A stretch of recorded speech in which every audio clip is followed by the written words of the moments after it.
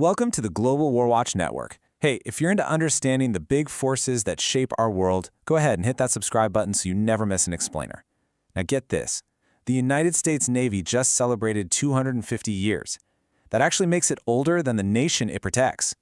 So today, we're going to get into the incredible story behind America's oldest sea service and what its vital mission looks like in the modern world.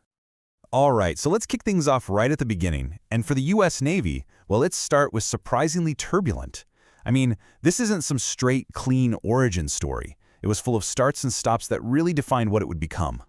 So the Navy's history, it's a bit of a weird one.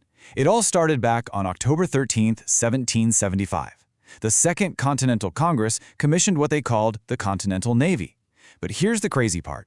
After the Revolutionary War was won, they just disbanded it. Totally gone. It wasn't until 1794 that Congress brought it back, and they did it for a very specific reason: to go fight pirates. Yep, Barbary pirates were causing all sorts of trouble for American merchant ships, and somebody had to do something about it. And what was its very first mission? Its first ever job. It was incredibly specific. The Continental Congress gave their brand new Navy just one task: go out and intercept any British ships you find carrying, and I'm quoting here, warlike stores and other supplies. It was a direct, disruptive mission right from day one. Okay, so let's fast forward to today. That original mission of protecting a few merchant ships, it has ballooned into something on a scale that's almost impossible to imagine. Today, the Navy is basically policing a massive, invisible system of energy that powers, well, the entire planet. And just to give you an idea of the sheer scale we're talking about, think about this. Every single day, the world burns through over 100 million barrels of oil. Now, that's not just a big number, right? That is a colossal logistical challenge. Every single one of those barrels has to be pulled out of the ground, loaded onto a massive ship, and then safely sailed across the globe. And guess where most of that action happens? On the water. A staggering 90%, that's 90, of all global commerce, including the lion's share of the energy we all depend on, travels by sea. The oceans really are the highways of the global economy. It's that simple. And this all ties into a really crucial concept: energy security. Now, what does that mean? It's not just about having energy. It's about making sure there's a steady, reliable supply that's also at a price that doesn't completely wreck economies. So you see, any little disruption to the flow of those 100 million barrels a day, it puts the entire global system at risk. But what happens when those lifelines are threatened? Because let me tell you, this system is a lot more fragile than it looks. There are some major choke points and vulnerabilities out there that can cause a whole lot of global chaos. You can basically boil the threats down to four main challenges. You've got geopolitical conflicts that can completely redraw the map of trade routes. There are the physical risks to the ships and pipelines themselves. You have producers who deliberately tighten the supply to drive up prices. And then there's just the slow, steady decay of the infrastructure that everything relies on. And you don't have to look far for a perfect real-world example of this. Just look at what happened with Russian oil. After Russia's reinvasion of Ukraine and all the sanctions that followed, the entire map of its oil trade was redrawn, literally overnight. What used to flow west into Europe suddenly had to pivot east, creating this whole new shadow market and brand new supply chains to places like China and India. And it's not just about conflict either.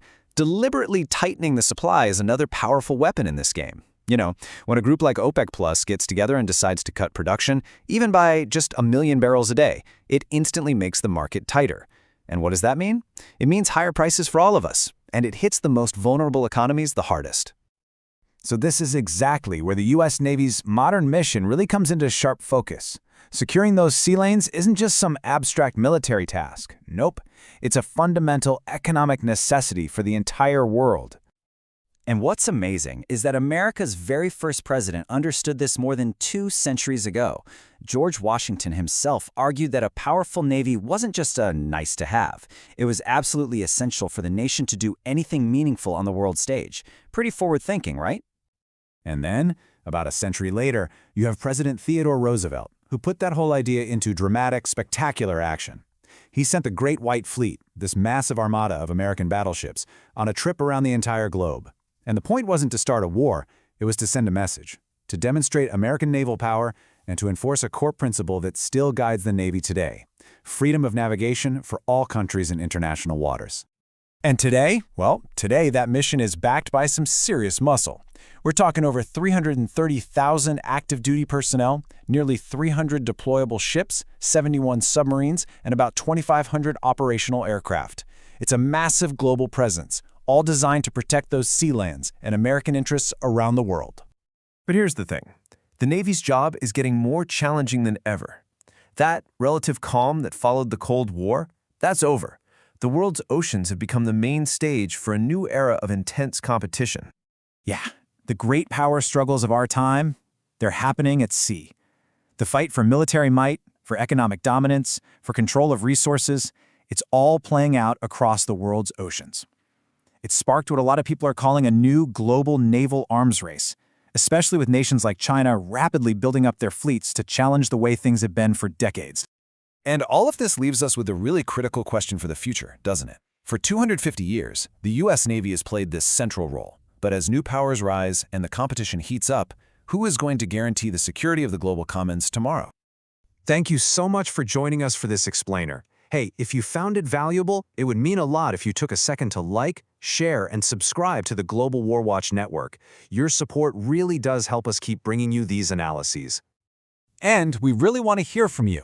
What are your thoughts on the future of naval power? Drop them in the comments below. We'd love to start a conversation. And hey, join us on our social media channels too.